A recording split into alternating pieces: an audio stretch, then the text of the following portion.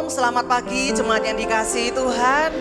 Kita bersyukur pagi hari ini, kita percaya Tuhan sudah hadir dan Tuhan siap melawat setiap kita, memberkati setiap kita. Kita percaya kehadiran Tuhan nyata dalam kehidupan kita. Mari bersama-sama kita berdoa. Terima kasih Tuhan, terima kasih Engkau sangat mengasihi kami, Engkau baik dalam kehidupan kami. Kami percaya Tuhan pagi hari ini Tuhan, Engkau hadir di tengah-tengah ibadah kami. Engkau sudah menyiapkan berkat yang terbaik buat setiap kami. Kami mau datang dengan hati yang haus dan lapar akan Tuhan. Kami mau mengalami Tuhan lebih lagi ya Tuhan pagi hari ini. Terima kasih Tuhan, hati kami bersyukur, kami mau bersuka cita karena kami tahu Engkau sangat baik. Hidup kami hanya karena anugerah Tuhan saja. Terima kasih kami bersyukur di dalam nama Tuhan Yesus. Haleluya. Amin. Terima kasih Tuhan.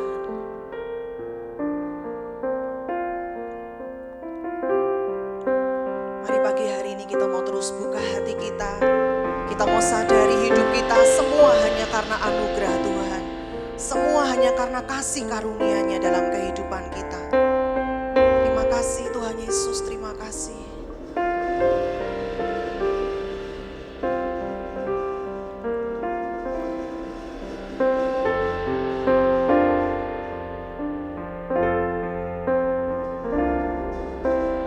Hanya Kau Tuhan di hidupku. Kau berikan hidup yang baru. Darah-Mu menyucikan, pulihkan hatiku. Ku nyatakan Kaulah segalanya. Engkaulah sumber pengharapan.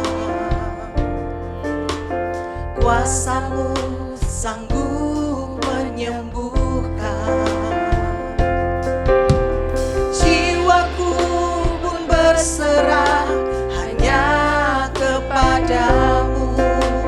Yesus, Kaulah segalanya. Karena salib-Mu ku hidup. Karena salib-Mu ku menang. Engkau yang berkuasa sanggup untuk melakukan mujizat-Mu. Karena salib-Mu ku hidup. Karena salib-Mu ku menang. Engkau yang berkuasa sanggup untuk melakukan mujizat-Mu di hidupku.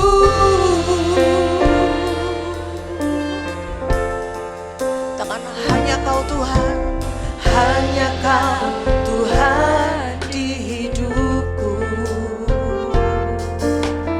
Kau berikan hidup yang baru. Darah-Mu menyucikan, pulihkan hatiku. Ku nyatakan Kaulah segalanya. Engkaulah sumber pengharapan. Kuasa-Mu sanggup menyembuhkan. Jiwaku pun berserah hanya kepadamu.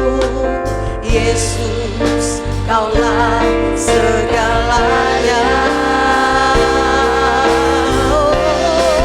Karena salib-Mu ku hidup. Karena salib-Mu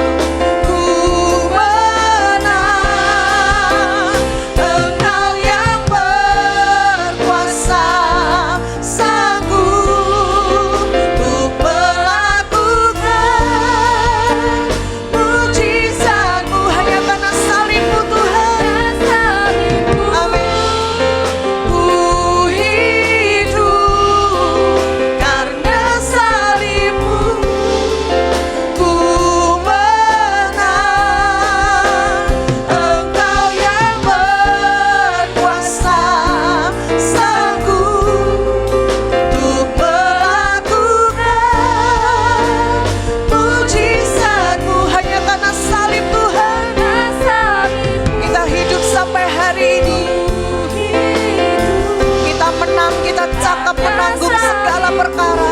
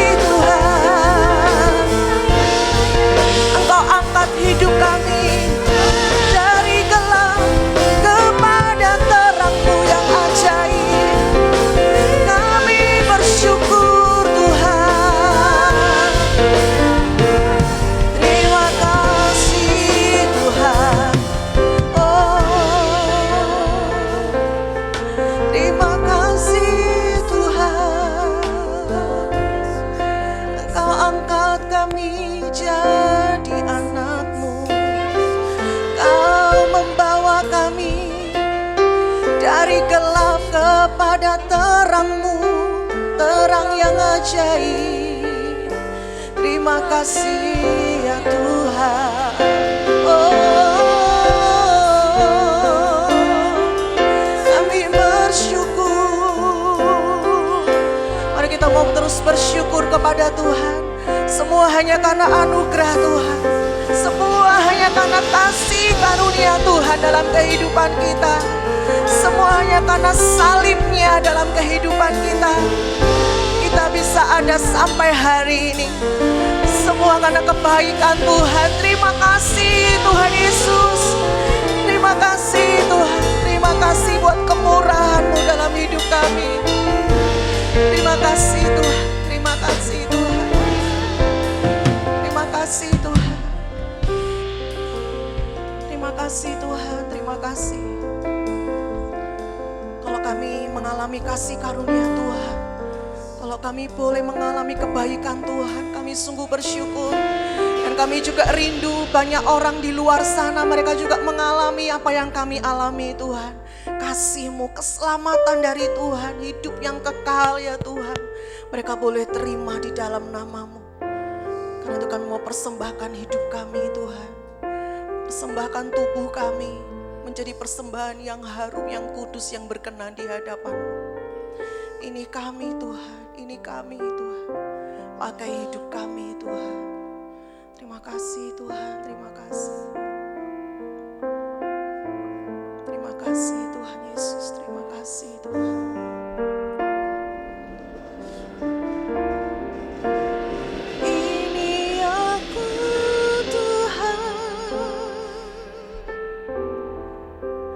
Pakai aku Tuhan,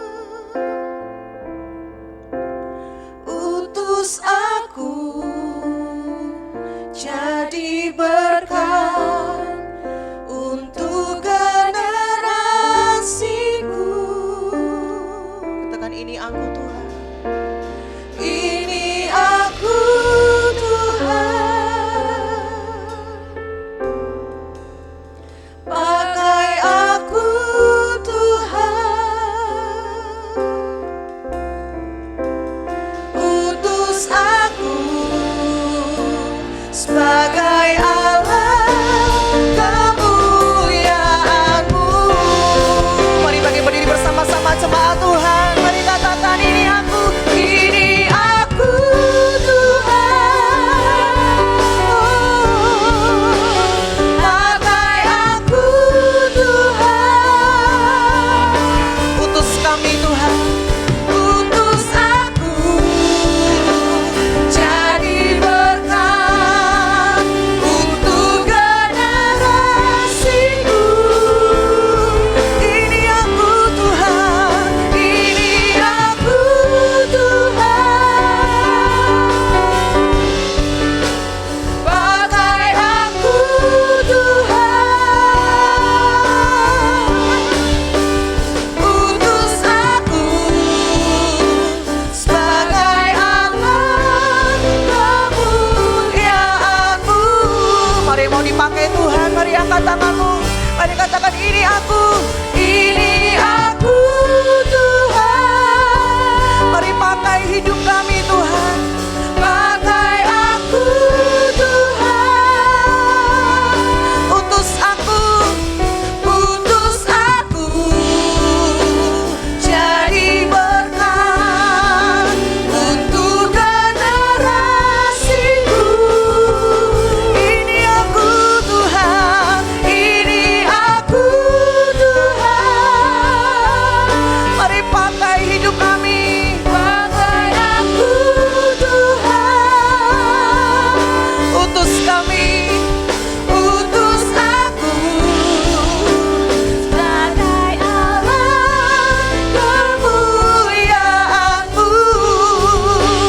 Utus aku sebagai alat kemuliaan-Mu.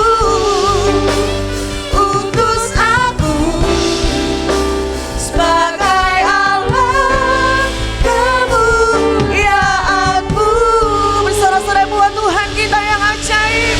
Haleluya, haleluya. Terima kasih Tuhan, ini setiap kami gereja-Mu, kami mau bangkit menjadi saksi-Mu ya Tuhan. Terima kasih dalam nama Tuhan Yesus. Haleluya, amin. Bersorak-sorai buat Tuhan kita. Gereja Tuhan, kita mau bangkit bersama-sama. Mari kita semua, kita mau dengarkan panggilan Tuhan. Haleluya.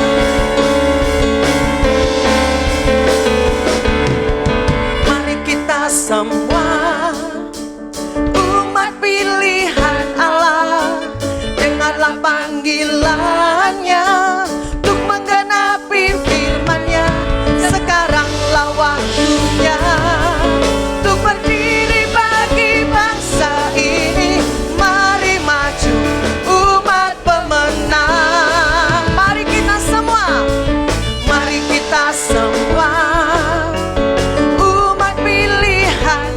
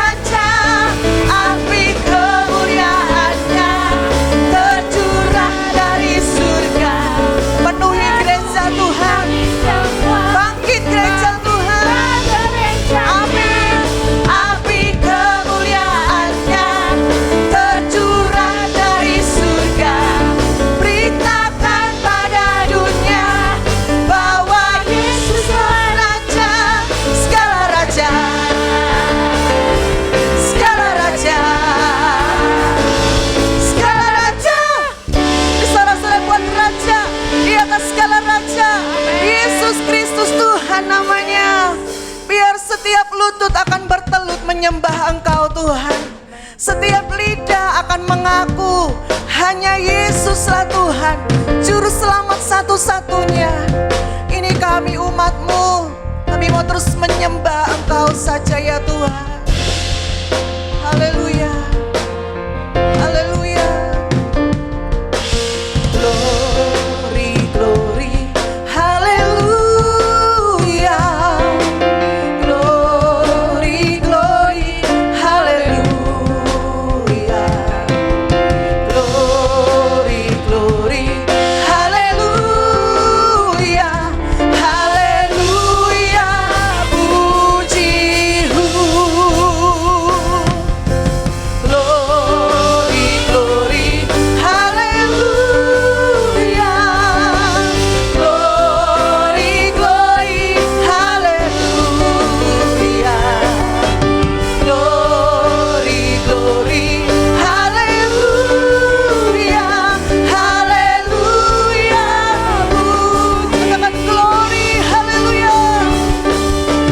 Glory, glory, haleluya.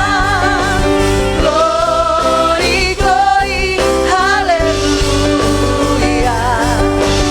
Glory, glory, haleluya. Haleluya, puji-Mu. Glory, glory, haleluya. Glory, glory, haleluya. Glory, glory, haleluya. Haleluya, puji-Mu. Haleluya, puji-Mu. Haleluya, puji-Mu.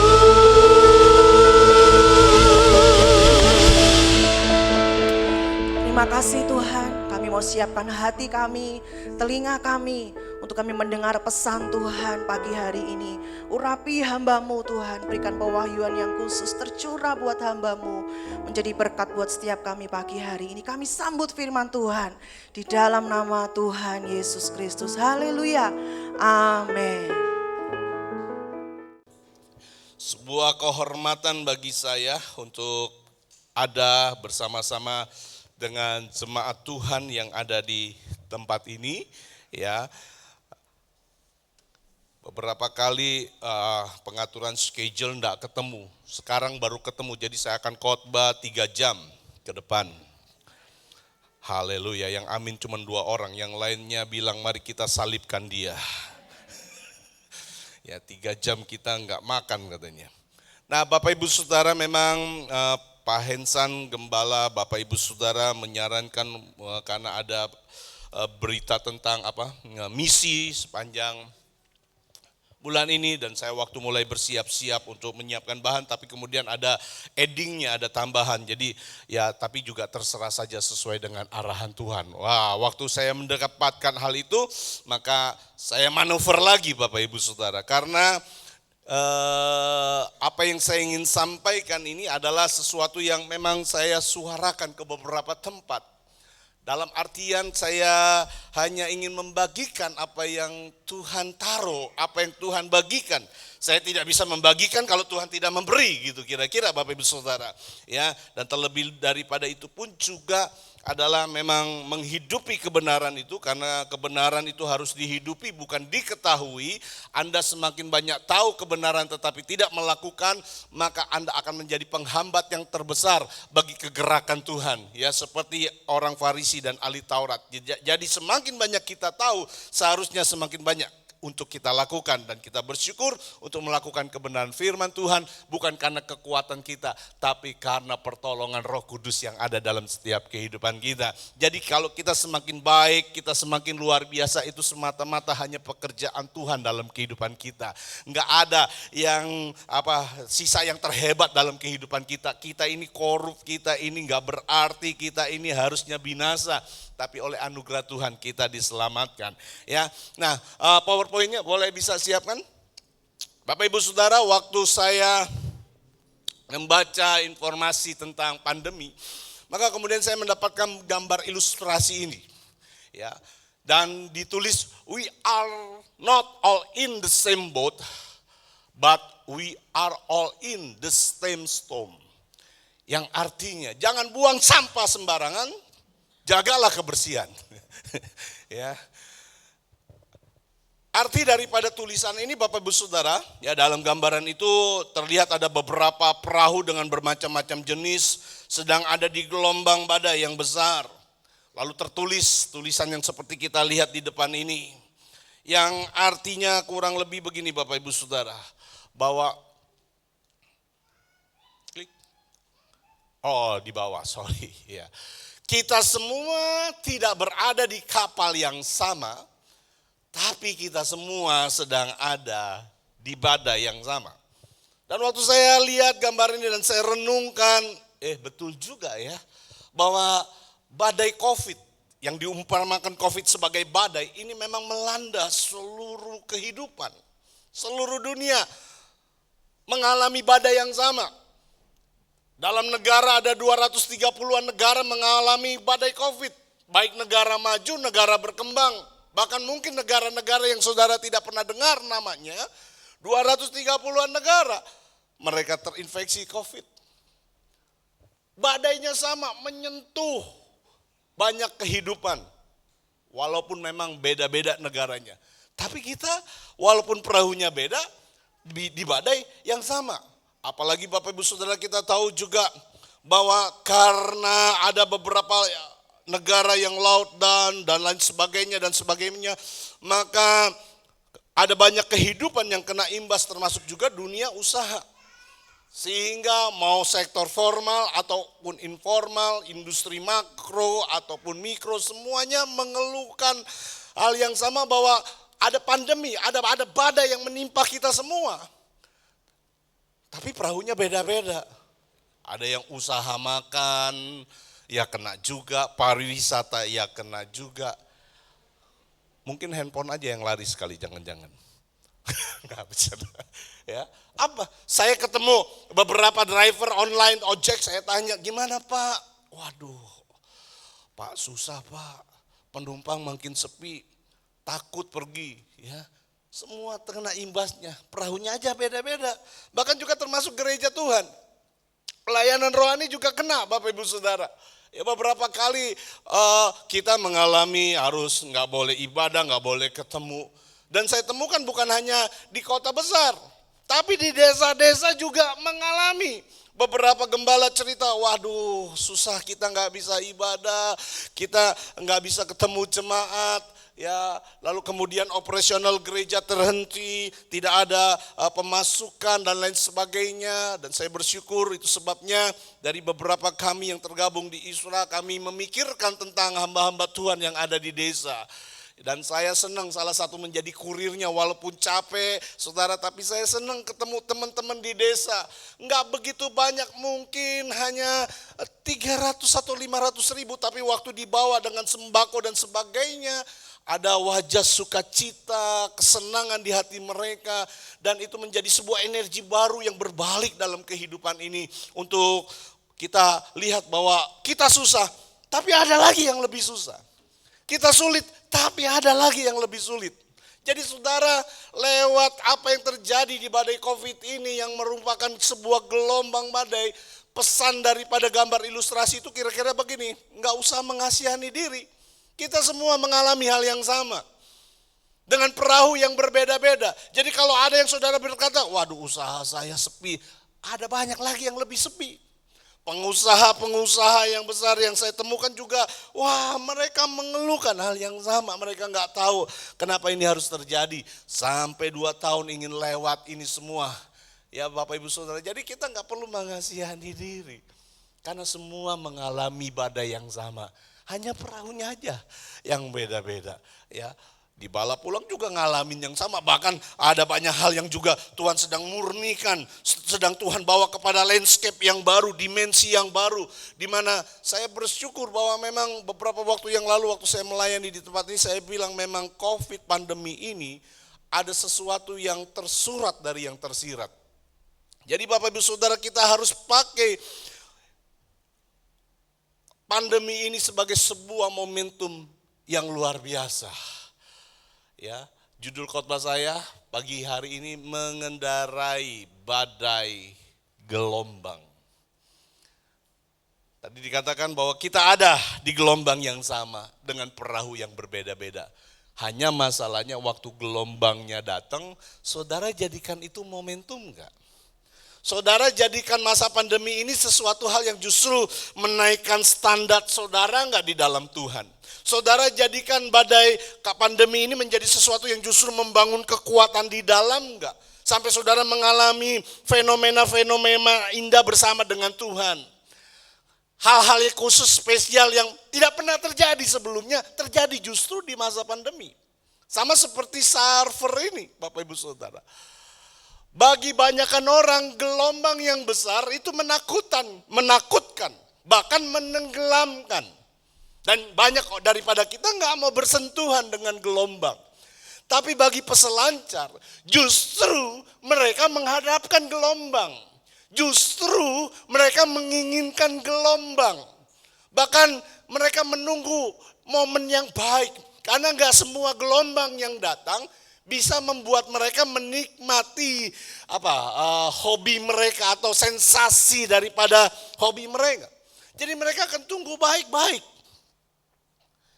Dan saat ada gelombang yang menurut mereka bagus sesuai dengan pengalamannya, maka mereka harus bersiap-siap dengan papan seluncurnya. Dan waktu itu gelombang datang, mereka justru mengendarai gelombang. Mereka ada di atas gelombang. Mereka menikmati gelombang. Gelombang tidak menenggelamkan mereka. Mereka justru masuk kepada sensasi yang baru, dimensi yang baru, pengalaman yang baru. Dan gak semua gelombang punya suasana kesukaan yang baru. Mereka, orang kalau udah main surfer, ini bisa berjam-jam saudara. Dari siang bisa sampai petang. Satu kali saya ke Pacitan dengan keluarga, ya kami kemudian ada di satu pantai yang memang ternyata private banget saudaraku ya, Watu Karung Beach. Ya saudara perlu ke sana sekali-sekali, bagus sekali, private banget beachnya. Dan waktu saya nikmati ciptaan Tuhan, saya lihat di ketengahan situ ada dua kepala. Tadi saya pikir itu apa? Sampah laut. Tapi saya lihat, loh, tiba-tiba ada orang yang muncul dari lautan dan kemudian naik surfer ini. Oh, ternyata orang bule lagi surfer di situ. Wah, saya tontonin saudara. Memang mereka selalu tunggu. Ombaknya kan besar pantai selatan. Jadi waktu ada ombak yang gede, mereka justru mengendarai badai. Nah, saya berdoa, pandemi memang sepertinya sudah berjalan 2 tahun. Kita tidak tahu kapan selesainya, tapi saya berharap dengan sisa-sisa gelombang, ya saya boleh pakai kata itu saya karena berharap sisa-sisa gelombang. Jangan mengharapkan gelombang yang baru lagi sekalipun katanya ada gelombang yang ketiga. By the way kita tidak tahu. Tetapi apapun yang terjadi, biarlah kita pakai pandemi ini sebagai sebuah gelombang yang baru untuk kita semakin mengenal Tuhan dan mengalami Tuhan. Yang percaya katakan amin. Kurang keras. Nah gitu dong kalau mau bergairah sama Tuhan. Jangan amin. Ya, Tuhannya juga nanti saya juga amin. Gitu. Ya. 2 tahun sudah lewat. Adakah itu jadi momentum? Saya bersyukur lewat pandemi ini hampir 2 tahun justru saya melihat ada momentum yang baru yang saya gunakan untuk semakin mengenal Tuhan, mengalami Tuhan, mengerti rencana dan kehendak Tuhan. Lewat pandemi ini ada banyak pemurnian, penyaringan yang terjadi. Tetapi justru di balik itu saya lihat ada sesuatu yang indah. Di dalam pengembalaan yang saya kerjakan bersama dengan istri di bala pulang, kami melihat ada banyak hal yang Tuhan putar balik, yang Tuhan gulung dalam kehidupan kami sebagai sebuah gelombang yang datang. Memang kadang-kadang menakutkan, mengerikan. Tapi saat kita mau bergerak bersama dengan Tuhan, justru gelombang itu mengangkat lebih tinggi lagi. Justru gelombang itu membawa kepada sebuah sensasi yang baru di dalam setiap kehidupan kita. Nah, bicara gelombang ini saya kemudian ingat Bapak Ibu Saudara, ada sebuah kisah terjadi di dalam Alkitab. Yang inilah saya ingin ajak Bapak Ibu Saudara bersama-sama mengikuti akan hal ini. Ya, salah satu hal yang saya paling suka belajar dalam Alkitab adalah membaca memang kisah-kisah yang terjadi dalam Alkitab. Lalu kemudian saya tidak hanya sekedar membaca, tetapi saya kemudian memakai otak kanan untuk kemudian memvisualisasikan atau membayangkan. Ya, membayangkannya dengan mendramatisir. Saudara, kekuatan imajinasi itu luar biasa loh. Saya nggak ada 2000 tahun yang lalu, tapi dengan kekuatan imajinasi saya bisa ada di sana. Saya mencoba menempatkan diri ada bersama-sama dengan Tuhan. Dan waktu saya merenungkan dengan cara demikian, memang salah satu belajar merenungkan firman Tuhan adalah caranya demikian. Dan waktu melakukan dengan begitu, saya menemukan ada banyak hal-hal yang spot-spot yang baru yang saya bisa temukan lebih daripada sekedar apa yang tertulis di dalam Alkitab Tuhan. Di dalam Alkitab kita maksud saya. Waktu saya baca tentang Zakheus, ternyata Zakheus itu orang yang lapar dan haus akan Tuhan. Waktu saya baca tentang 12 tahun perempuan yang sakit pendarahan, saudara, itu luar biasa sekali waktu kita bayangkan. Itu perjuangan yang sangat-sangat menurut saya adalah hati yang benar-benar penuh juang, penuh harap dan penuh iman kepada Tuhan. Keselamatan anugerah. Tetapi untuk meraihnya, kita perlu meraih dengan iman. Kesembuhan sudah disediakan Tuhan, anugerah, dan tapi kalau untuk meraihnya kita perlu mengambil tindakan dengan iman. Harus ada hal-hal yang seperti itu. Ada bagiannya Tuhan dan ada bagiannya kita. Nah, saya temukan itu waktu saya merenungkan firman Tuhan, baca, membayangkannya, mengimajinasikannya. Ya, saudara, luar biasa. Belajar Alkitab dengan salah satu cara seperti itu Anda akan menemukan hal-hal yang luar biasa. Nah, saya ingin mengajak saudara kepada imajinasi yang saya dapati waktu saya baca tentang Yesus berjalan di atas air. Mari kita buka Alkitab kita. Kita buka handphone suci kita. Kita buka tab suci kita. Ya, karena kan sekarang kitab suci ada di handphone suci, ada di buku suci. Oke. Markus pasalnya yang ke-6. Sudah dapat semua? Haleluya. Ayat 45.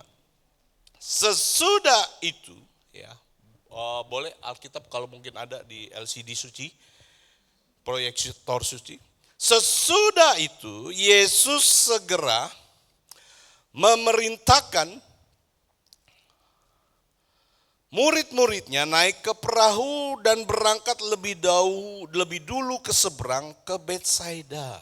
Sementara itu ia menyuruh orang banyak pulang. Ayat 45 ditulis dengan kata sesudah itu. Sesudah apa?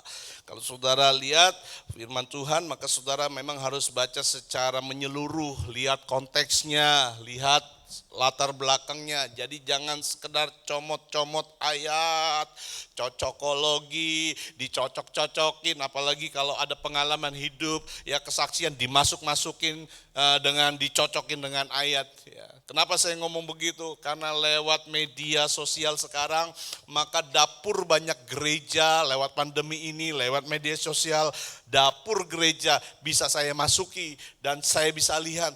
Saya coba dengar si pendeta A, si pendeta B, si pendeta C, si pendeta D yang khotbah. Jadi kalau mau tahu banyak firman Tuhan, belajar firman Tuhan, dengar dari hamba-hamba Tuhan, inilah waktunya saudaraku. Mau model apa?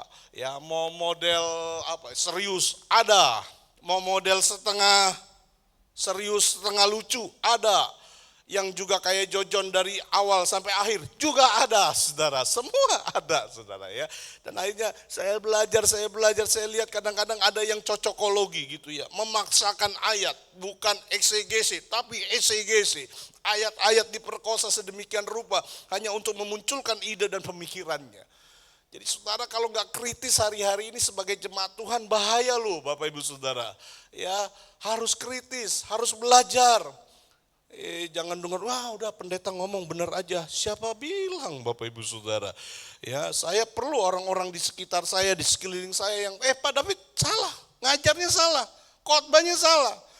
Ya.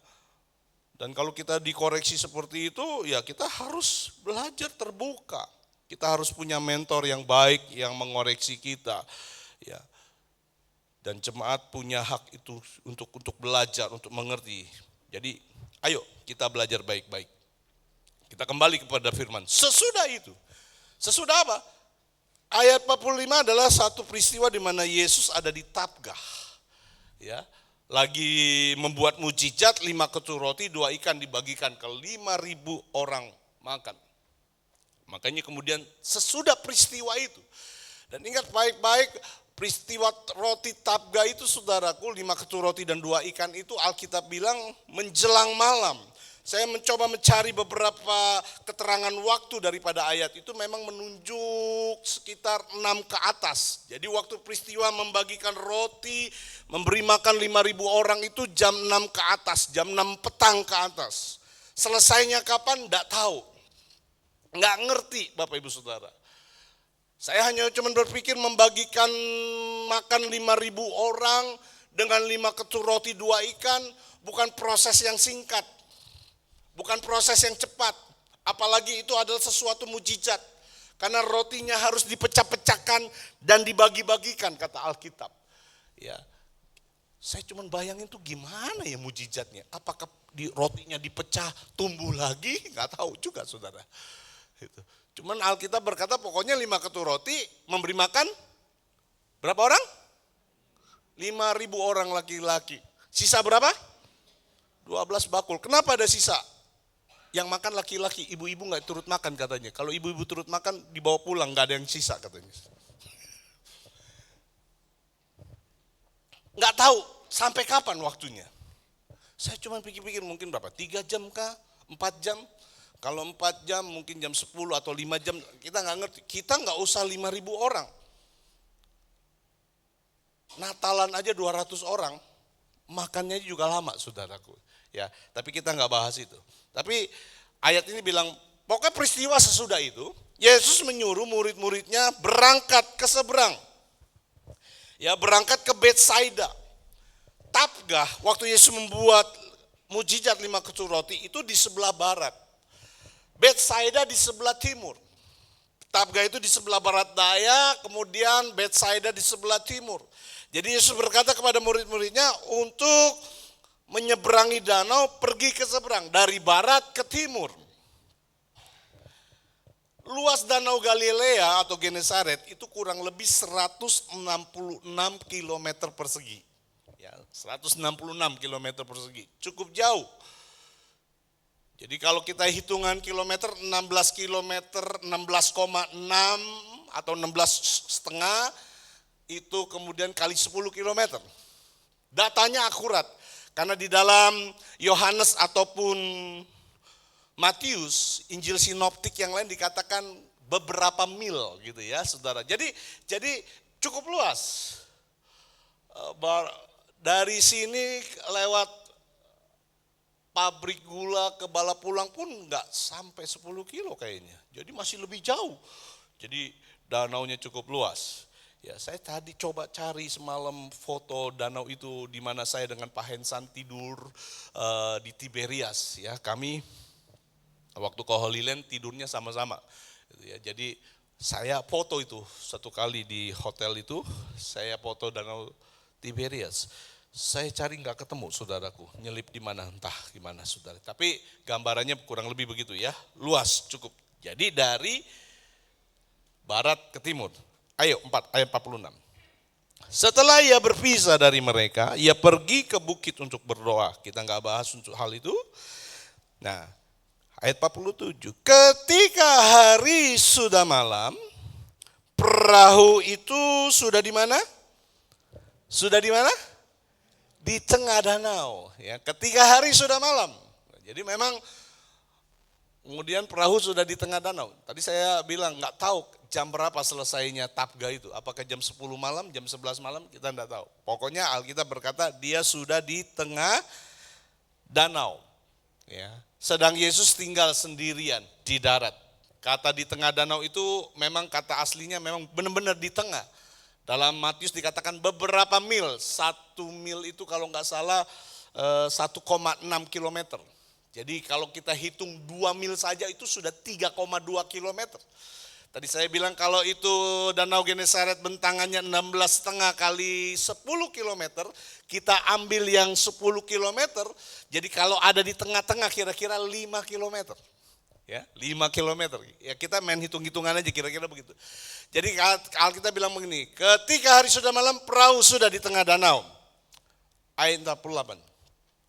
Ketika ia melihat betapa payahnya mereka mendayung karena angin sakal, maka kira-kira jam 3 malam ia datang kepada mereka, berjalan di atas air, dan ia hendak melewati mereka. Nah ternyata di dalam ayat 48 diberitahu bahwa waktu perahu itu di tengah danau, perahunya itu mengalami angin sakal. Angin sakal itu angin yang kencang, yang kuat, datang dari haluan, menghalangi laju daripada perahu murid-muridnya. Jadi ini lagi sedang mengalami gelombang. Ya, dalam Matius dikatakan bahwa ada angin sakal yang menimbulkan gelombang sehingga perahu terombang-ambing. Mereka bersusah payah, mereka mendayung. Alkitab berkata betapa payahnya mereka mendayung. Memang gak gampang, kalau pakai mesin gampang. Sekalipun pakai mesin, kalau ada gelombang juga berat, saudara. Ya, saya sering diajak mancing sama teman saya di Jakarta. Lucu juga ini, para orang profesional muda ini. Mau mancing nunggunya Pak Pendeta. Gitu. Jadwalnya saya, kapan ke Jakarta? Lu datang ke Jakarta, kita mancing. Saya bilang mancing-mancing aja, enggak seru kalau enggak ada lu, katanya saudara. Ya. Jadi saya sering mancing, hampir tiap bulan waktu belum ada PPKM. Ini lagi ditunggu-tunggu. Bulan ini saya nggak bisa. Saya bilang, bulan ini mungkin akhir bulan saya bilang, atau awal bulan nanti November. Cepetan, udah gatel nih tangan katanya saudara. Ya. Itu aja kalau pakai mesin, kalau ada gelombang yang besar tuh saudara, wah asik juga. Bum, bum, saudara. Yang nggak kuat, jadi orang kadang-kadang ada yang nggak berani mancing, kenapa? Takut mabok laut, dan kalau udah mabok laut gimana? Masa mau pulang lagi? Nggak ada Grab untuk pulang. Nggak ada yang nganterin ojek, ya udah harus ikutin sampai malam nanti saudara. Itu penderitaan tersendiri bagi orang-orang yang mabuk laut. Jadi saudara ini susah, perahu, wah ada angin, wah mereka dayung kiri kanan. Ya, saudara pernah main arung jeram nggak? Itu kita harus kompak tuh. Ya, kalau saudara naik arung jeram, maka instruksinya bilang, yang kanan harus dayung, yang kiri nggak boleh dayung. Kalau ikut-ikut dayung, bisa jumpalitan itu perahu karetnya. Jadi nggak gampang, susah payah, betapa payahnya. Pandemi ini membuat banyak orang betapa payahnya. Banyak orang yang mengeluh, wah Pak susah. Ya sudah memang semua susah tadi kita sudah lihat. Kita semua ada di gelombang yang sama. Pendeta mau di desa, mau di kota juga mengeluhkan hal yang sama. Di kota cuman mungkin saudaraku pengeluhan mereka ya sudah nggak bisa ibadah. Waduh, itu fasilitas gereja yang miliatan LED itu banyak yang rusak katanya. Kesusahannya sendiri-sendiri. Kalau di desa mungkin kesusahannya makan dan lain sebagainya. Pokoknya intinya gelombangnya sama, kesusahannya sendiri-sendiri, tetapi semua susah. Mungkin kita lewatin semua. Mungkin ada yang usaha yang tadinya omsetnya bagus, sekarang omsetnya terjun bebas. Gitu. Ya, yang dulu rame, sekarang ya sepi. Betapa payahnya kita lewatin gelombang badai ini saudara. Tapi ayat itu bilang begini, ketika apa ditulis? Ketika ia ada orang di sini ketika waktu saya baca ini, tadi saya bilang kira-kira mungkin murid-muridnya itu 5 kilometer, taruhlah 5 kilometer dari tepi pantai. Yesus kan sendirian di darat, Alkitab bilang. Itu 5 kilometer. 5 kilometer itu cukup jauh loh saudara.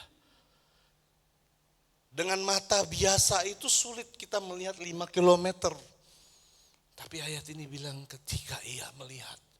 Waktu saya baca ini Tuhan, itulah kepedulian Tuhan buat kita. Saudara mungkin payah, saudara mungkin susah, tapi Tuhan melihat. Halo?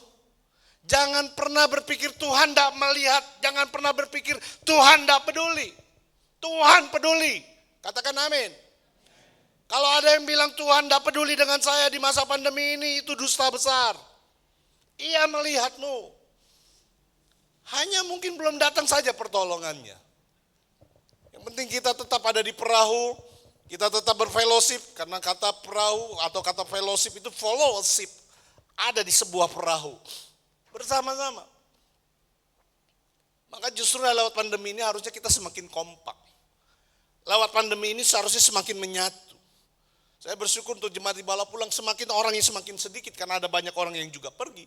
Tapi yang sedikit ini semakin kompak, semakin menyatu.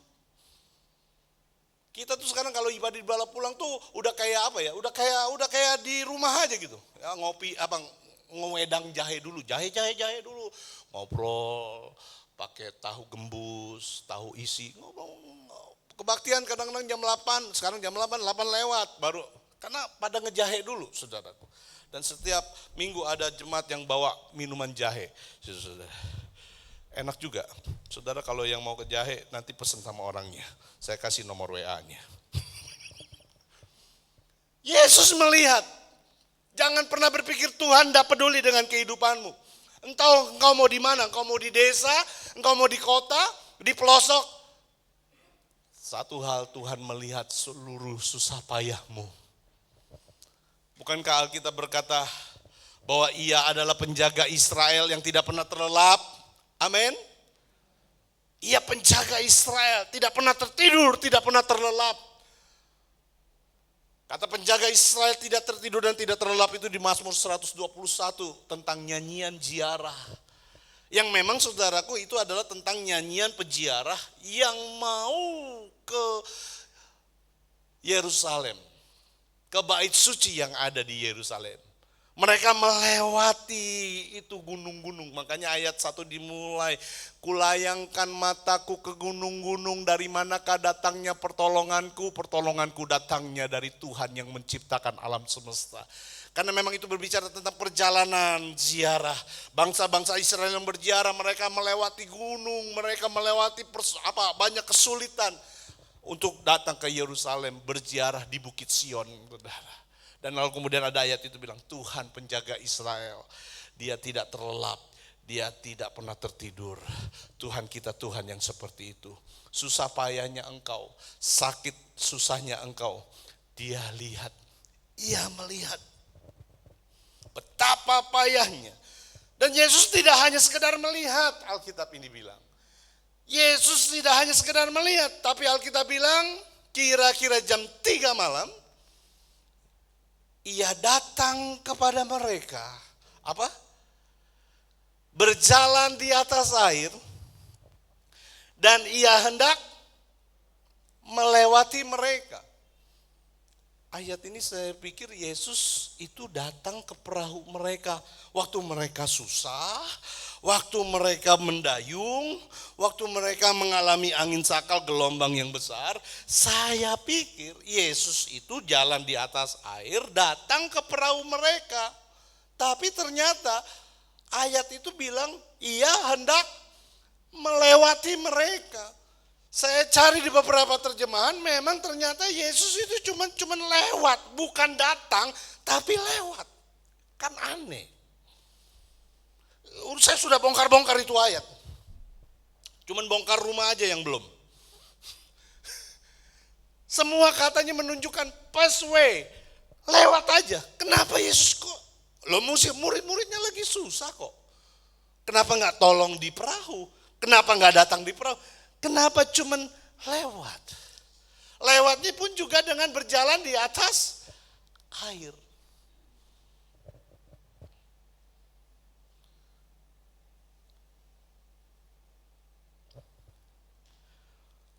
Coba kita lihat dulu ayatnya yang 49. Ketika mereka melihat Dia berjalan di atas air, mereka mengira bahwa Ia adalah hantu. Lalu mereka berteriak-teriak. Saudara, waktu Tuhan mendatangi saudara, cara Tuhan adalah cara yang tidak pernah terpikirkan sebelumnya. Seharusnya waktu Tuhan berjalan di atas air, murid-muridnya nggak perlu takut. Murid-murid nggak perlu berkata itu hantu. Karena sebelumnya murid-muridnya sudah lihat nggak 5 ketupat roti, 2 ikan memberi makan 5.000 orang. Mujizat kan? Jadi kalau Tuhan datang dengan mujizat yang baru seharusnya tidak menakutkan. Kalau Tuhan datang dengan cara mujizat yang baru yang nggak pernah saudara lihat sebelumnya, seharusnya kita nggak perlu heran.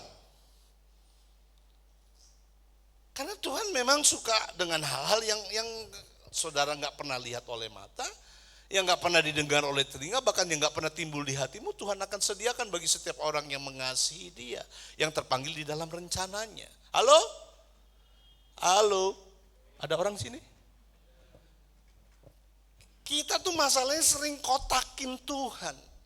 Kita tuh masalahnya sering format Tuhan kalau Tuhan mau tolong saya caranya begini. Tuhan kalau Tuhan mau bantu saya begini loh, baru masuk akal loh, make sense loh. Tapi kalau nggak masuk akal itu bukan Tuhan, itu hantu. Wah, kita salah. Kita lebih sadar hantu lebih daripada sadar Tuhan.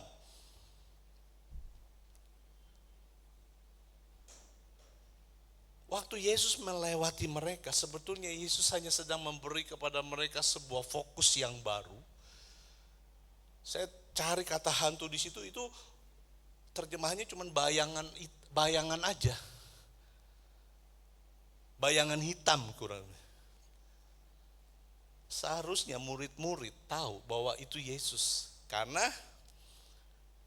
kalau Anda dekat dengan seseorang, postur dan gestur orang itu gampang Anda saudara kenalin. Halo? Percaya nggak saya? Saya semalam ke S Hardware bersama dengan istri. Saya lagi cari-cari lihat itu alat-alat otomotif. Tiba-tiba di belakang ada jemaat Brebes. Jemaat Brebes, GBI Brebes. Pak David, padahal saya ngebelakang, dia dari belakang loh, saya nggak lihat dia. Pak David lagi apa? Saya lihat, apa kabar? Lama nggak ketemu ya. Itu aja dari belakang dia bisa tahu loh saya loh saudara. Padahal saya bukan gembalanya. Postur dan gesturnya kira-kira mereka tahu gitu. Murid-murid baru beberapa jam sama-sama Yesus. Gestur, postur, mereka juga lewatin hari-hari. Jadi waktu Yesus berjalan di atas air, seharusnya mereka harus lebih sadar Tuhan daripada sadar hantu. Kesadaran apakah yang saudara harus bangun hari-hari ini? Mari kita bangun kesadaran Tuhan lebih daripada sadar hantu. Tuhan dan hantu kan hanya sebuah kata di mana saudara memberikan penekanan yang lebih kuat. Kata Tuhan bisa jadi hantu kalau saudara menekankan hantunya lebih kuat. Kita harus lebih sadar berani daripada sadar takut. Kita harus punya sadar harapan daripada putus asa. Kita harus sadar bahwa ada jalan daripada kebuntuan. Kesadaran-kesadaran itu yang perlu kita bangun. Bagaimana cara Tuhan menolong kita, bagaimana cara Tuhan ingin menyatakan dirinya, itu urusan Tuhan. Yang penting kita membangun kesadaran bahwa Tuhan peduli dengan kita, bahwa Tuhan sayang sama kita, bahwa Tuhan baik buat kita. Halo? Kesadaran itu yang kita perlu bangun.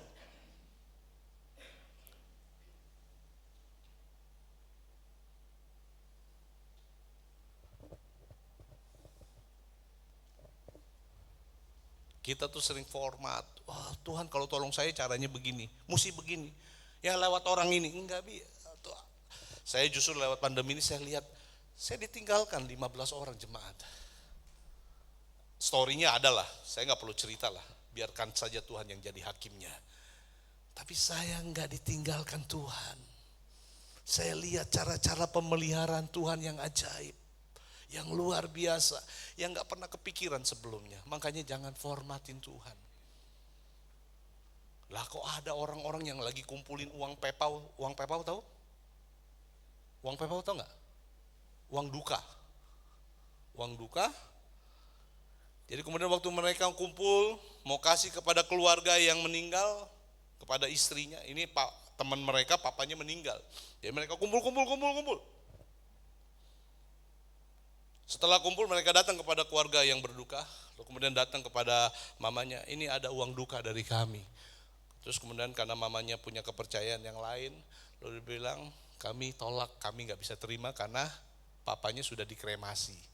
Jadi kalau menurut orang Chinese ya saya bilang ya, kalau orang sudah meninggal, yang meninggal sudah dikubur atau kremasi, uang dukanya nggak boleh diterima, pantang katanya. Nggak tahu itu ajaran dari mana. Saya khotbah begitu kemarin di Solo. Selesai khotbah, waktu saya turun, ada jemaat kasih surat cinta sama saya. Saya nggak setuju dengan Pak David. Itu ajaran nenek moyang, leluhur. Kita kan anak, harus hormatin orang tua. Iya betul, untuk anak hormatin orang tua, saya setuju. Tapi di mana ayatnya yang bilang kalau uang duka nggak boleh diterima karena sudah dikubur atau dibakar? Kalau buat saya mah namanya uang mah terima aja kali. Maaf. Jemaat di sini kalau ada yang begitu mah juga belajar, kasih tahu sama saya, di mana ayatnya? Saya benar-benar dapat surat cinta tuh. Saya nggak setuju. Maaf ya Pak David, kata-kata saya. Saya bilang saya nggak ada urusan. Kamu yang nggak sesuai dengan firman, bukan saya. Kamu yang nggak sesuai dengan firman. Loh kalau Alkitab saja bilang orang mati menguburkan orang mati, kan gitu saudara. Nggak ada urusannya. Dunia orang mati sama dunia orang hidup tidak terseberangi. Itu ayat firman Tuhan udah. Jadi kalau ada orang yang mau kasih, justru baik dong, bagus dong. Berempati, memberikan supporting finance. Apalagi di Jakarta, kuburan, peti, apalagi rumah duka tuh mahal saudara. Ya. Kalau ada yang bantu, puji Tuhan haleluya 12 kali enggak? Puji Tuhan haleluya 12 kali diulangin ref 3 kali dong. Iya dong saudara, iya dong, haleluya kan. Tapi keluarga ini bilang tolak udah. Nah yang udah ngumpulin kan bingung. Mau gimana ini? Masa dibagi-balikin satu-satu lagi katanya. Juga kagak tahu siapa di mana. Jadi mesti bongkar lagi mungkin daftar transfer. Dan belum tentu semua daftar transfer bank itu mengasih tahu nomor rekeningnya, hanya mungkin nama, tapi nomor rekening belum tentu dikasih. Jadi kan nanti repot balik-balikin. Nah yang ngumpulin ini tiba-tiba Tuhan ingetin saya, ada pendeta David di bala pulang tuh, kira-kira begitu kali ya. Dia WA saya, ini lama gak pernah ngobrol ketemu. Shalom kok, shalom. Gambar PPWA-nya serem amat. Serem apanya saya bilang, itu singa dari Yehuda, kan ada singa dan domba. Oh saya pikir singa doang kata dia. Jarang baca Alkitab. Tapi nggak tahu singa ya udah ngomong. Maaf nih. Kok mau nggak? Dia ceritakan tadi begini. Minta nomor rekening dong. Mau dikirim ke Kok mau nggak? Saudara kalau dikasih duit mau nggak? Nggak mau. Pura-pura. Oh mau ya, puji Tuhan, sama saudara sama saya. Kok mau nggak? Saya bilang, rezeki anak soleh nggak kemana-mana, saya bilang. Kirimlah. Waktu saya mikirin itu, ini seumur hidup 30 tahun melayani Tuhan. Dapat persembahan, dari persembahan ngumpulin uang duka, orangnya tolak. Ini doang baru pertama kali.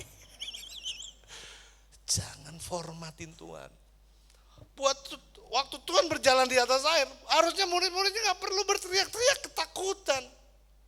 Makanya kan di ayat yang ke-52 ditegur sama Tuhan. Sebab setelah peristiwa roti itu kamu belum juga mengerti dan degil hatimu. Buat kita Tuhan tuh mau cara mujizat seperti apa? Itu harusnya begini, apalagi dong Tuhan? Setelah berjalan di atas air, apalagi dong Tuhan? Salto kah?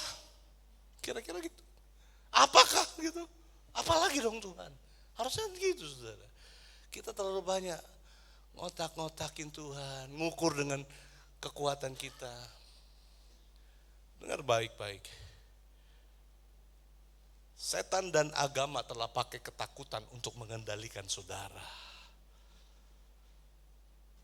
Makanya saudara kalau sama Tuhan tuh unsurnya bukan ketakutan. Kita berkata Allah tidak memberikan kepada kita roh ketakutan, tetapi memberikan kepada kita roh yang membangkitkan kasih, ketertiban, keberanian.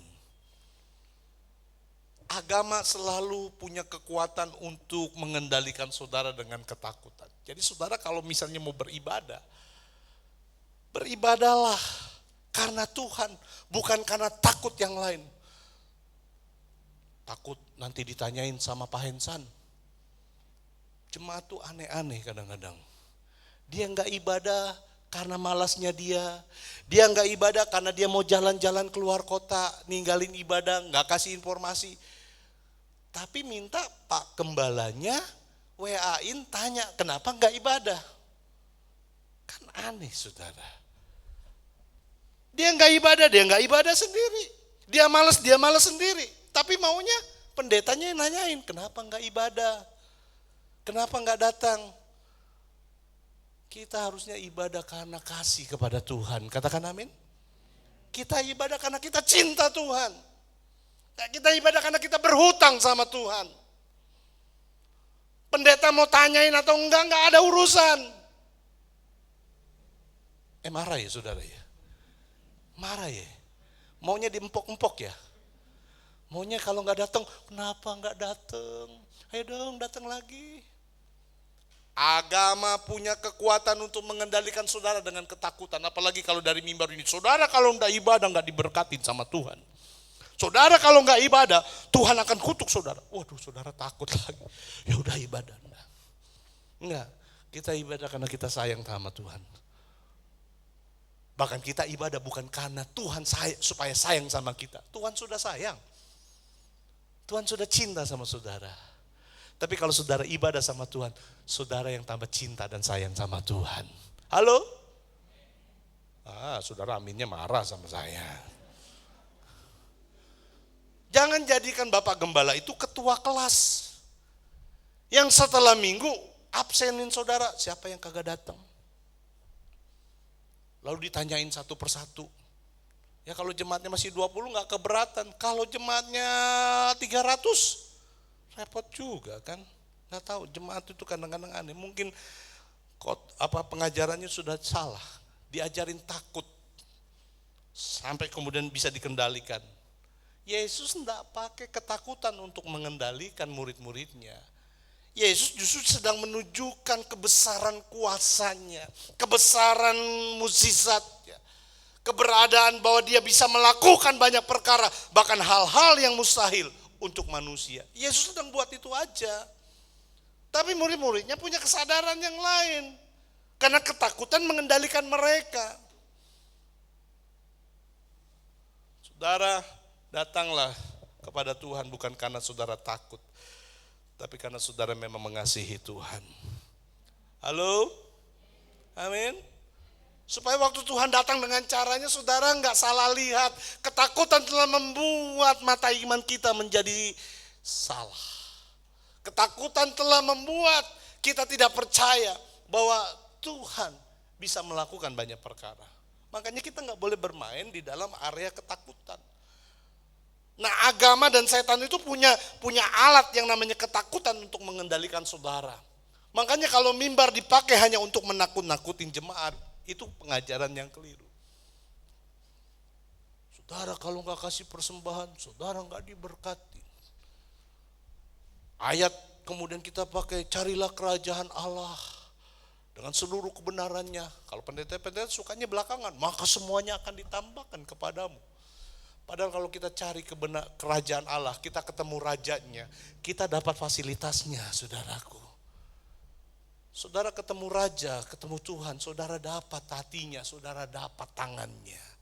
Tapi ada banyak jemaat Tuhan hanya mau cari tangannya Tuhan, tapi tidak mau menemukan hatinya Tuhan. Ini saatnya saudara, saya percaya pandemi sedang ditarik oleh Tuhan untuk kita menemukan hatinya Tuhan dalam setiap kehidupan kita. Halo? Saudara terlalu banyak sibuk. Makanya harus diamlah, ketahuilah aku Tuhan. Saudara terlalu banyak sibuk, gak punya waktu untuk diam. Makanya gak mengerti Tuhan, gak ketahui Tuhan. Makanya jadikan momentum. 2 tahun ini udah pangin lewat. Jadikan momentum, masih ada waktu sisa. Ayo, tingkatkan spiritualisme pribadimu di rumah. Masih ada yang mengharapkan ibadah seminggu sekali? Ibadah harusnya harian. Saya ngajarin sama jemaat di Bala Pulang, Anda tuh kalau ketemu minggu itu karena ketemu anggota tubuh, ketemu, kumpul, mau nyatu sama kepala. Jadi kalau di antara kita ada yang bertikai, ada yang gak senang, kita cacat. Kita cacat. Harusnya kita saling menerima. Kekuranganmu, kelebihanmu, itu bagianku. Ada satu quotes dari kegerakan kami. Di saat engkau menolak kelemahan seseorang, di titik yang sama engkau menolak kekuatannya. Karena di setiap kelemahan orang pasti ada kekuatannya. Yang mungkin jangan-jangan saudara kagak punya, tetapi dia orang itu punya. Halo? Jangan merasa kalau kita lebih kaya, kita lebih hebat. Jangan. Kaya materi itu saudaraku tuh hal yang buat Tuhan, ya ampun, gak ada artinya. Kalau soal ngomong kaya, orang yang gak kenal Tuhan banyak yang lebih kaya. Jadi jangan pakai ukuran saya lebih hebat dari kamu, dari sisi-sisi seperti itu. Kita harus menerima seorang dengan lain. Makanya saya bilang, kita tuh kalau ketemu, isi bilangnya tangan butuh kaki gak? Perlu. Anggota-anggota tubuh bisa bersinergi, kenapa? Kalau kepalanya yang benar, nyatu dengan kepalanya benar maksud saya. Tapi kalau kita ini beranteman, musuhan, monyong-monyongan, itu berarti kita gak nyatu sama kepala. Percayalah sama saya, percayalah. Berarti harus ada yang harus kita beresin. Saraf-saraf pemikiran kita, organ-organ tubuh kita harus beresin. Ada gak di sini yang tangannya mukul-mukulin kaki pakai parang? Gua benci. Ada gak? Ada gak? Gak ada kan? Ada gak orang yang menyakiti tubuhnya sendiri? Ada, orang gila, orang dah waras. Jadi kalau kita menyakiti tubuh kita, seorang dengan berarti kita lagi gak waras sama Tuhan. Itu aja, simple sebetulnya. Marah-marah lu, matanya lu dari saya, lihat saya pada marah-marah. Enggak ya. Lu saya diajar, saya bilang sama jemaat saya, makanya kami tuh yang tersisa sekarang tuh udah nggak ada lagi lihat kekurangan. Semua ada kekurangan. Saya juga ada kekurangan. Mau cari kekurangan sama di dalam diri gembala, istri gembala, keluarga gembala, ada nggak? Kok takut sih? Ada nggak? Ada nggak? Kalau mau dicari dapat nggak? Dapat aja. Nah kalau dapat itulah kesempatan untuk saya mengasihi. Inilah kesempatan saya untuk mensupport. Inilah kesempatan saya berdiri. Apa yang kurang dari Bapak? Yang lebih dari saya berikan buat Bapak. Sebaliknya begitu. Itu baru jemaat yang itu loh. Tadi ini apa nih? Artinya, jangan buang sampah sembarangan. Kuat bersama, itu yang Tuhan mau. Kuatnya sama-sama, saling menopang. Bahkan Alkitab bilang, anggota tubuh yang paling gak berharga justru paling banyak harus diperhatiin.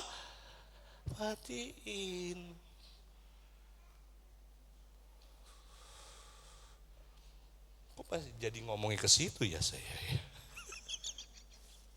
Gak apa-apalah. GBI Jatibarang saya sudah anggap keluarga. Saudara mau marah-marah silakan, nggak senang sama saya ya sudah. Yang penting saudara menyenangkan hati Tuhan. Halo, amin.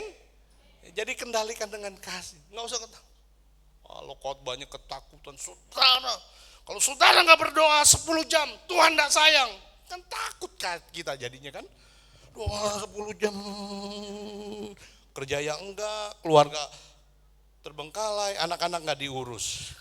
Salah kita. Bukan soal 10 jam, 3 jam, 4 jam, 5 jamnya enggak. Kalau saudara dapat tuntunan itu secara personal, buat saja. Tapi kalau enggak, kita enggak perlu dikendalikan dengan ketakutan. Christ in you, Tuhan ada di dalammu. Dia memberikan guide, dia memberikan tuntunan, suaranya lembut dan sangat mengasihi kita.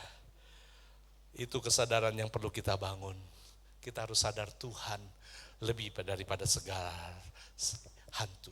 Kita lebih sadar berani daripada sadar takut. Ayat yang ke-49. Melihat dia hantu, ayat 50 sorry. Sebab mereka semua melihat dia dan mereka pun sangat terkejut. Tetapi segera ia berkata kepada mereka, tenanglah, aku ini, jangan takut. Di dalam Matius pasal yang ke-14, waktu Yesus berjalan di atas air, setelah mereka melihat dia berteriak-teriak karena takut, kemudian ada seorang yang bilang begini, Guru, kalau memang itu engkau, suruh aku datang kepadamu. Siapa yang ngomong begitu? Siapa yang ngomong begitu? Petrus. Guru, kalau memang kau benar, itu engkau, suruh aku datang kepadamu. Itu kata-kata apa ya? Kata-kata penyangsian apa? Penyangsian itu apa ya? Kata-kata ketidakpercayaan sebetulnya. Guru, kalau memang kau benar, suruh aku datang kepadamu. Itu dalam terjemahan firman Allah yang hidup, memang itu kata-kata yang meragukan. Bahkan kata-kata sebetulnya kata-kata tiada iman itu sebetulnya. Tapi Yesus, aduh saya belajar Tuhan tuh sabar banget ya untuk didik kita ya. Makanya kita degil, dablek, terus kepala keras. Kita ini keras kepala loh. Coba kalau nggak percaya, saudara pegang deh kepala saudara. Pencet-pencet, keras nggak? Kalau lembek itu kelapa muda saudara. Kita tuh, tapi Tuhan tuh sabar sama kita. Sabar banget. Bangetnya pakai S, banget. Guru, kalau memang kau suruh aku datang kepadamu. Terjemahan yang lain begini. Yesus bilang, baiklah. Nggak marah loh. Kita kalau nggak dipercaya sama orang marah nggak? Udah kalau mau percaya syukur, nggak percaya udah wis karepmu wis. Saya sudah sungguh-sungguh kok nggak dipercaya, kan kita nggak marah. Yesus tuh enggak. Baiklah. Datanglah kata Tuhan. Petrus, Alkitab berkata di dalam Matius ya, pasal benar saudara bisa baca. Waktu Petrus dengar perkataan Yesus, maka segeralah ia turun dari perahu, berjalan di atas air dan mendapatkan Yesus. Wow, keren saudara. Makanya saudara, membaca firman Tuhan itu adalah tugas harian kita. Temukan firman Allah dalam hidupmu.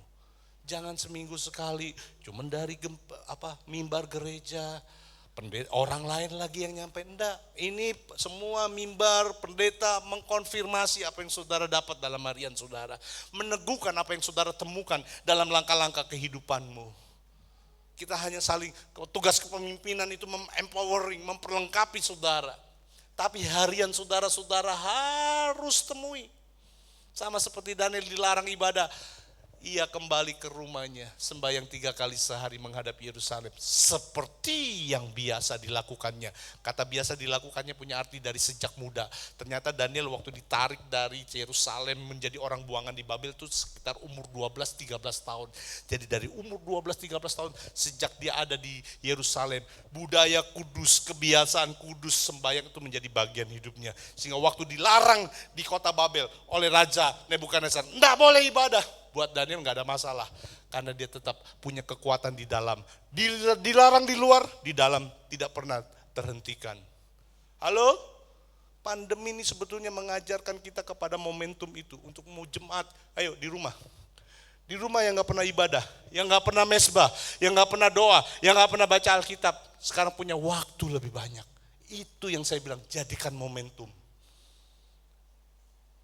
Jangan udah mau selesai ya sudah. Selesailah, enggak. Ke depan ini akan lebih banyak sukar lagi. Ke depan ini akan lebih banyak hal-hal yang luar biasa lagi kita nggak ngerti. Tapi kalau Anda kuat dalam firman, Anda akan lihat hal-hal yang besar terjadi dalam hidupanmu. Amin.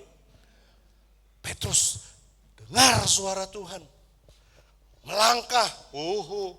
Dia tuh seumur-umur udah puluhan tahun jadi nelayan, tahu manusia nggak bisa berjalan di atas air. Nggak, dia tahu banget.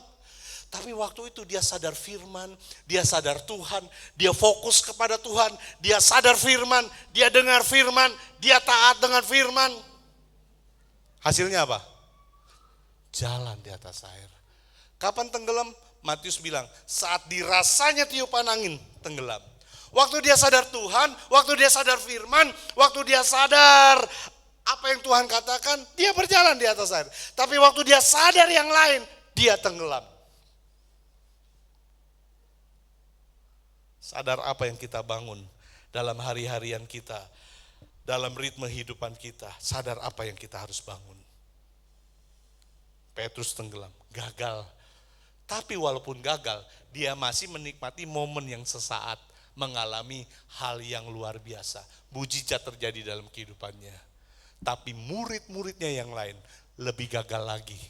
Karena mereka gak buat apa-apa. Alkitab tadi bilang, mereka semua melihat. Halo, ada orang sini? Alkitab tadi bilang apa? Markus, mereka semua melihat dia. Kata itu dipakai. Mereka semua melihat dia. Berarti mereka semua mendengar dia enggak? Halo? Halo? Mereka semua melihat dia. Mereka semua mendengar dia. Kalau semuanya itu enggak hanya Petrus yang turun dari perahu, semuanya ikut turun. Kira-kira semua berjalan di atas air enggak? Halo? Halo? Saya percaya banget kalau semuanya waktu itu sama-sama ikut turun. Mereka semua 12 orang itu berjalan di atas air. My goodness. Petrus gagal, tapi murid-muridnya lebih gagal lagi. Makanya Bapak Ibu Saudara, Anda kalau nggak jadi pelaku dalam firman Tuhan, Anda akan menjadi orang yang paling banyak protesnya. Kalau kita nggak pelaku firman, kita akan banyak protes. Kurang gini, kurang gitu. Pak Hensan begini, Ibu Vincent, diprotes apa yang dibuat oleh pemimpin-pemimpin Anda. Anda tuh kan kalau nonton bola, padahal Anda cuma nonton, bukan pemain. Kira-kira lebih pintar pemain apa penonton? Hah? Nonton bola. Oper kiri, tendang. Nggak ditendang, blow on, kira-kira maaf kata gitu ya. Nah itu penonton tuh begitu. Makanya kalau ada penonton di gereja, cuman penonton, Anda paling banyak protesnya. Protes yang bukan mengkritik yang membangun, tetapi kritik yang menjatuhkan. Makanya kita dalam gereja, makanya saya bilang tubuh itu semua harus berfungsi. Halo? Tubuh harus berfungsi, anggota tubuh harus berfungsi. Jangan nganggur. Kalau nganggur namanya piansoi. Yes, lumpuh itu artinya. Hidupkan kembali, gerakan kembali. Mulai berfungsi. Tuhan Yesus sudah mau datang. Dunia bisa lihat Yesus hanya lewat gerejanya. Lewat saya dengan saudara sebagai tubuh yang nyatu dengan kepala. Baru dunia bisa lihat Yesus. Selama ini dunia nggak lihat Yesus, yang dia lihat zombie aja. Karena tubuh doang, kepalanya nggak ada. Makanya gereja tubruk-tubrukan, hajar sana, hajar sini. Orang percaya, hajar sana, hajar sini. Ya, istri orang dihajar, suami orang juga dihajar. Wah, pertukaran. Karena nggak ada kepala sih, nggak bisa lihat. Selingkuh sana, selingkuh sini, ambil uang sana, korupsi sana, nggak ada kepala, dihajar semua. Ini saatnya gereja harus menyatu dengan kepalanya. Supaya dunia tahu Yesus ada bersama dengan kita semua. Halo? Kok saya jadi marah-marah ya khotbahnya pagi ini ya? Enggak, saya bukan marah-marah, saya bercanda. Saya tahu artinya gini, ini saatnya kita bangkit. Ini saatnya kita enggak main-main lagi. Tuhan Yesus sudah mau datang, kita perlu menjadi gereja yang menyatakan Dia kepada dunia ini. Doa saya, jadikan badai sebuah momentum di mana itu membawa saudara naik lebih tinggi bersama dengan Tuhan. Haleluya. Puji Tuhan. Haleluya. Poin yang kedua selanjutnya. Enggak, udah. Engkaulah perisaiku. Singers tolong bantu saya. Saya nggak janjian loh sama singers loh. Warnanya bisa pakai satu. Sama. Dress code-nya sama gitu ya. Wah, ternyata chemistry ini di dalam roh. Ya Bapak Ibu Saudara yang yang sedang melewati badai, yang sedang mengalami gelombang, berdiri dan berkata, Tuhan, aku mau momen yang baru. Aku mau lewatin pengalaman yang indah bersama dengan Tuhan, pengalaman yang baru. Setiap peselancar itu melewati gelombang, itu nggak selalu gelombangnya sama, selalu baru. Mereka tuh menunggu kalau sampai mereka ada terkurung di dalam gelombang. Ya, saya suka nonton film surfer itu. Saya kepengen tapi nggak berani, saudaraku ya. Wah, keren. Saya cuma membayangkan gimana ya rasanya dilewatin itu. Pasti fun, menyenangkan. Sensasinya nggak bisa dikatakan dengan kata-kata. Nah, Tuhan mau bawa kita kepada sensasi-sensasi bersama dengan Dia. Dalam ritme kehidupan, dalam persoalan kehidupan. Mazmur 23 waktu Tuhan berkata, Ia adalah gembalaku. Ia yang menuntun aku. Kata yang dipakai pertama itu adalah kata ia, orang ketiga. Tapi saat ada di lembah kekelaman, kata itu berganti, engkau. Waktu di lembah kekelamanlah sebetulnya kita lebih mengalami hubungan dekat dengan, pakai itu, pakai badai untuk engkau semakin dekat sama Tuhan. Pakai persoalan hidup untuk engkau semakin kenal cinta Dia, ngerti jalan-jalan dan rencananya. Mari kita datang mari kita berdiri bersama-sama. Kita kanakan pujian ini. Engkaulah perisaiku.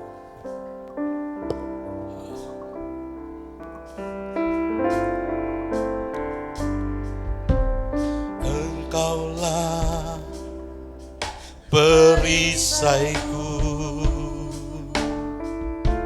Saat badai hidup menerpaku,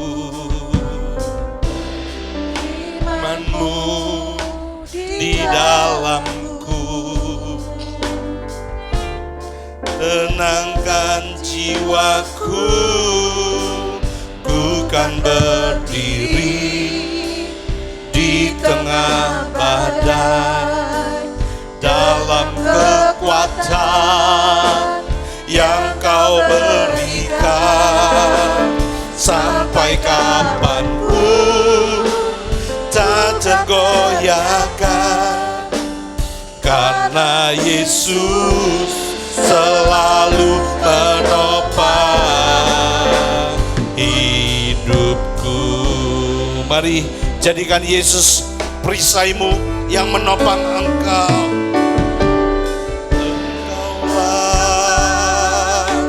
Perisaiku saat badai hidup menerpaku, firman-Mu di dalamku, tenangkan jiwaku, ku kan berdiri di tengah badai, dalam kekuatan yang Kau berikan. Sampai kapanpun ku kan bertahan, karena Yesus selalu menopang. Ku kan bertahan dalam tekanan, dengan kekuatan yang Kau berikan. Sampai kapanpun ku kan bertahan, karena Yesus selalu menopang hidupku. Kami sangat bersyukur untuk isi hati Tuhan yang Tuhan berikan tepat pada waktunya buat setiap kami. Kami percaya ini tuntunan Tuhan buat jemaat-Mu, buat gereja-Mu di tempat ini. Untuk kami terus berdiri Tuhan.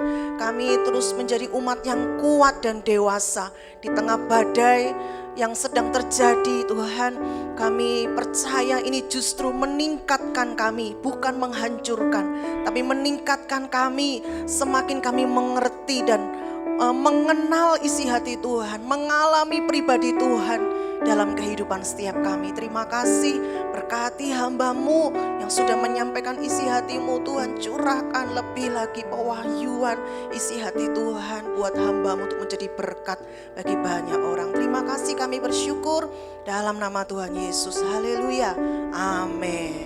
Amin. Akan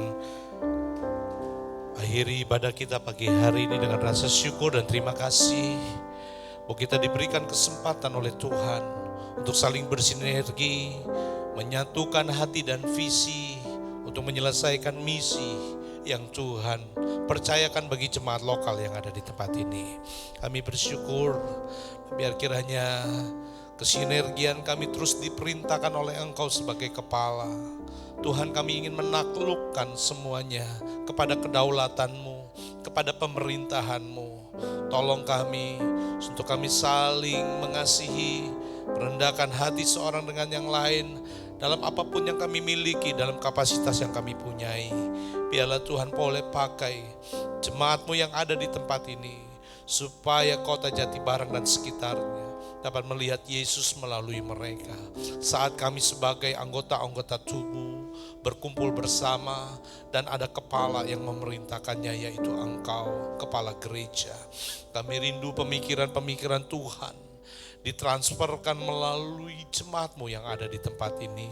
Keinginan hati-Mu dialirkan dalam kehidupan mereka, supaya mereka pada akhirnya bergerak seiring selangkah bersama-sama dengan Tuhan. Terima kasih Bapak untuk kesempatan yang istimewa itu.